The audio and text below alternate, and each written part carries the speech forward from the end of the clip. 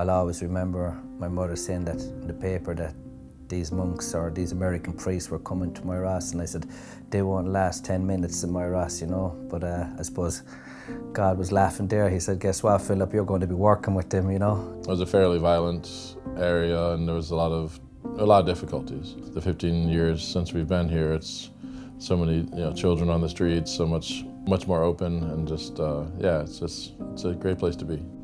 Well, it was 15 years ago. We were asked to come here, and at the time, as you probably know, there was a lot of difficulties here, a lot of violence, and we were asked just to come to be a prayerful presence and just to really pray for peace.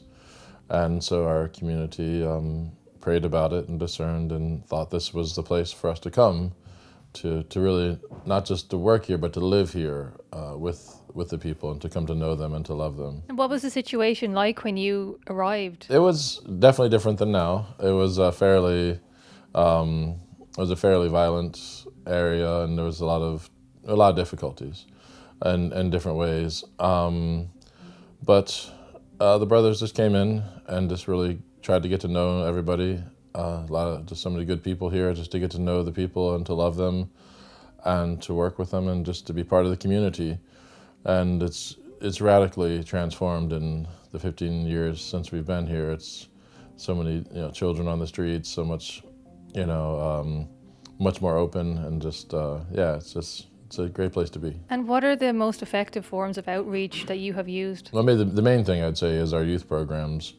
We have several youth programs working with the young ones and with the teenagers, just trying to get to be with them and to know them and to help them to know Jesus and taking them on trips in different places and helping them to experience some different things. And so that's probably the most effective one, but also doing some home visits and just different events. We do a Christmas spectacular every year with our friend Jamie Daly, one of our neighbors, other events, and just trying to be just present, in the neighborhood and just. And how did you yourself decide to become a Franciscan friar? Well, my life was pretty wild before, mixed up with a lot of things. Seeking happiness in the world, and raised with the faith, but at a certain point stopped believing that it would bring me happiness, and it felt like an imposition. So instead I sought happiness in the world. I kind of believed the lies of the movies and the commercials, and it looked so glamorous and sexy and fun, and I said, yeah, I want that. And so I kind of dove into just as I said, I always say that I drank deeply of everything the world had to offer and found myself dying of thirst. So the whole thing with the drugs, alcohol, the promiscuity, the parties, the wildlife, the clubs, to an extreme degree, and lucky I kind of made it out. And so I started looking for something more and just wondering if there was something more. And I went on a retreat with my father, not because I wanted to, but because he asked me to, and I loved my father. And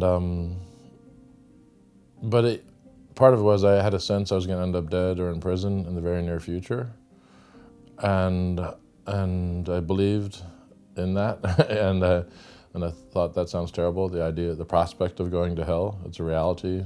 It's a reality, unfortunately, that people don't think about enough nowadays. So it's real. And I said, well, maybe I should give God a chance.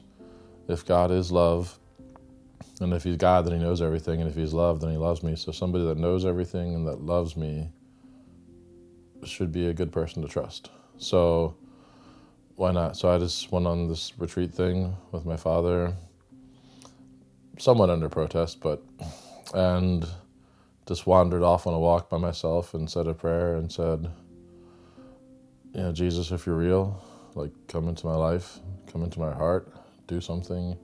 I give you permission. And it's just, I think it's the most important prayer for every one of us to say, because Jesus says he stands at the door and he knocks. And he's knocking because he can't let himself in. we have free will. We have to open our hearts and invite him in. So I did. I invited him in. I said, you have total access. Do whatever you want. Something has to change because I'm in a bad place. And this is your chance. If you're for real, this is it. Do something. And he'd been standing there for 10 years just waiting, and he did. He came in right away, and it was like a lightning bolt hit me, and things radically started changing from that point on, yeah. And is there a message you would give to people who are struggling in that way? We know that people are quite lost for meaning in their lives, a lot of people. Is there something you would say to them? Yeah, it's real. It's true. I didn't believe it. Well, I did believe it, but I rejected it. But again, if it's, God is love. And if we give him that chance and invite him in, again, if somebody that loves us is not going to hurt us, and so why are we afraid to trust God? It wounds his heart when we don't trust him. And that's why one of the messages for our times is from the Divine Mercy, Jesus, I trust in you. He wants to get that message across. So I'd say the most important thing for everybody, and be ready for the answer, is to invite Jesus into your heart and give him permission, and to ask that question, what do you want me to do? But be ready. And I suppose be open to kind of maybe ending up in places you wouldn't have expected. Like you probably didn't expect to end up in Limerick. Yeah, no, for sure. Well, I did. First of all, I never expected to be a priest. I didn't think I could even be a priest with the past I had had. All my friends from back in my party days their heads were exploding. I remember one of my friends said, are you sure you're allowed to be a priest? And I said, yeah, I think so. And like, do they know who you are? I'm like, they've heard rumors, and so yeah, you never know where it's going to take you. It's been an absolute adventure.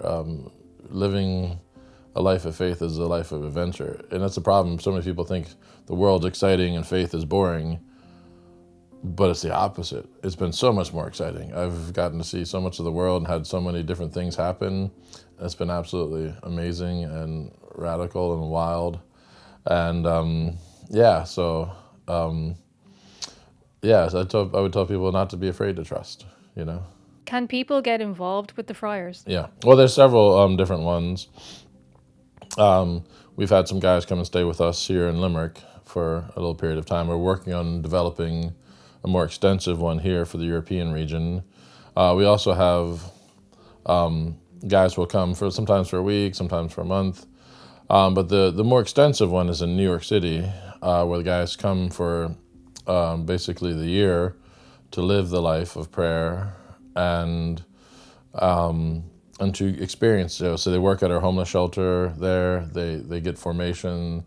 They work with the friars, and they come to experience the life of prayer and all these different things. Yeah. So. Could you tell us about your work in Ireland? Yeah. Well, we have a great desire for renewal in Ireland. And so do a ton of young adult ministry for 20-somethings and teenagers and working all over Ireland. They come to us from everywhere. We have a prayer group every 2 weeks where young adults from all over Ireland come to us and do many different mission things, and cooperating with the different young adult missionary programs here like Focus, Holy Family Mission, Net Ministries, all these different groups. But also just the ministry of just being on the streets, in not just Moyross, but in Limerick City and even in Dublin, wherever, just going and praying with people on the streets, talking with them. We sometimes will go in and set up a thing where we just play music on the streets of Limerick City and have confessions available, and many beautiful things happening, people having conversion experiences, just feeling real peace, praying with people for freedom from addiction, for many physical healings happening, deliverance, just from all sorts of different things they've been struggling with. So it's been beautiful just seeing miracle after miracle happening of just going out there in faith and just living the gospel, It's, this is what Jesus told us to do, so we just do it, and it's been amazing to do. Can you tell us how you got involved with the Franciscan Friars? Yeah, basically I was doing a procession about 11, 12 years ago, I got the idea when I was in Lourdes. It was my mother's wish to bring my special needs daughter to Lourdes before she died. And when I was over there, I think I ended up there on the 23rd of September, actually, Padre Pio's feast day. And when I came back to Limerick, I was looking for a priest to lead the procession, and one of the guys, Jason O'Neill, who kind of brought me back to my faith, I was just coming back that time, told me about the monks of Moyross, the Great Friars. So he said, go up there and ask them, and they'll help you. And that's how I first got to know the monks. I knocked at the door and they brought me in and they helped me straight away, So and it's still going on to this day now. Every year, the 8th of September, on Our Lady's procession, we have that, and kind of like the Limerick Suicide Watch and the Breen Rescue and all has got involved as well in the last few years, so it's really getting bigger every year. And in what kind of ways have the Friars helped you with your own faith? Yeah, I don't think I would have took the next step, I kind of like a lot of people in Ireland, I was kind of a person that would, I'm a good person, I light a candle, I go into the church, I might say a prayer, but I didn't know about Mass, or I didn't know about the Rosary, really that much, or, I learned so much from them, and, they helped my wife come back to her faith as well, and through that then my children grew up with their faith, so like without them, I don't know where I would be or we would be at the moment, because, they're just amazing, and they brought us on our first holiday as well to France and Lourdes, so they've been just so good to us.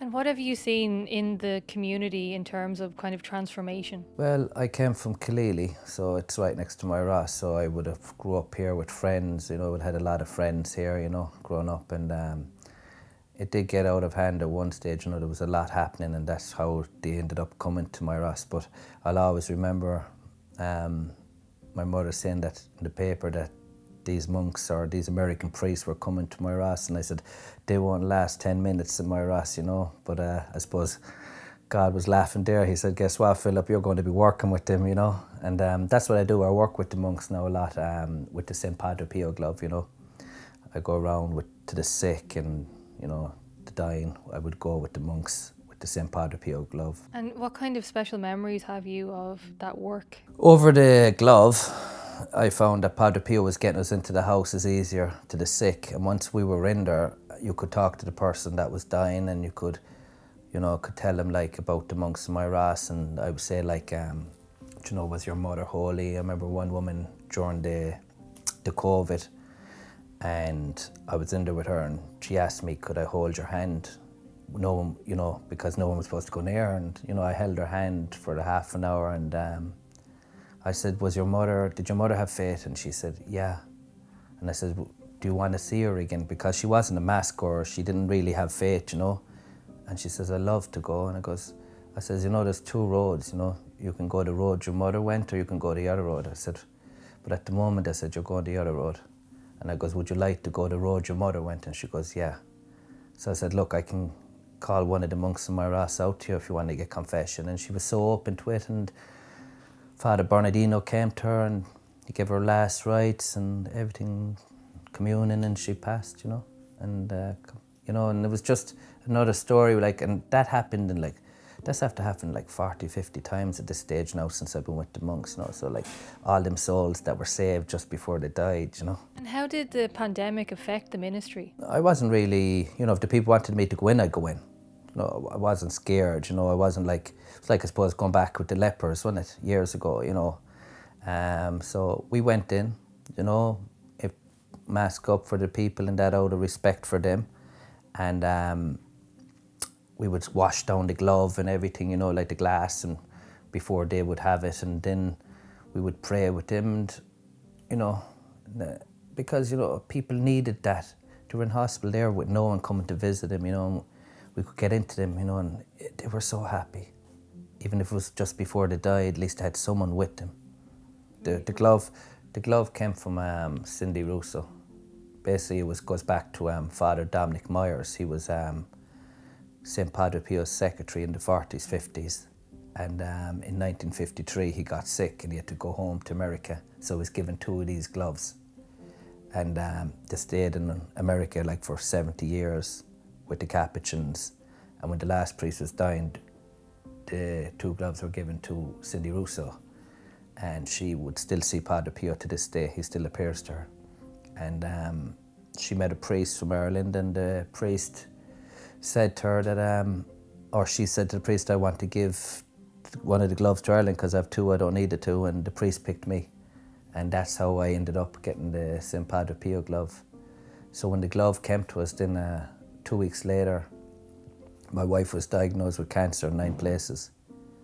So I was kind of going, God, what are you doing? Like, you give me the glove, my wife gets diagnosed with cancer, I have a severely autistic child, I have 2 young boys. How am I going to go and meet people, you know? But we went with it. And on the 23rd of September, the following year on Padre Pio's feast day, she got the all clear. And then a year later, it came back again, and she got it in 3 more places. And then the following year on St. Padre Pio's feast day, she got the all clear again. And now it's back again. So please God, she'll get the all clear again. So she's just gone through chemotherapy now again at the moment.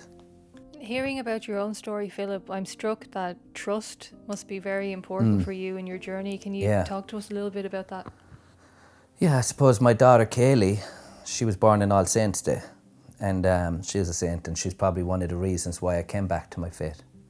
Because I suppose if we go back 13, 14 years ago, I was going to Dublin to meet Keith Duffy with a boy, Jason, again, and we were driving up in the car, and he said, I got to get back for Mass. And I started roaring laughing, and he goes, what's wrong? I says, I didn't think you go to Mass. And he goes, yeah, because I never wanted to be in Mass, I never went to Mass. I hated going to Mass, I just found it very boring, you know. And he said, no, I have to get back. So I left it off, and about half an hour later we were doing the rosary. He said I do the rosary at 12 o'clock, so if I go quiet, take no notice. So I really started laughing now at this stage. And I suppose if there was someone in the car, I wouldn't be sitting with you today, because I wouldn't have left down my guard. You know, I wouldn't have left down my guard. I would have been full of pride, and, you know, I wouldn't have left it down. And he said, if anyone goes back to the rosary, Our Lady promised them a grace. So that's what kind of roped me in. And I says, I don't know how to say the rosary.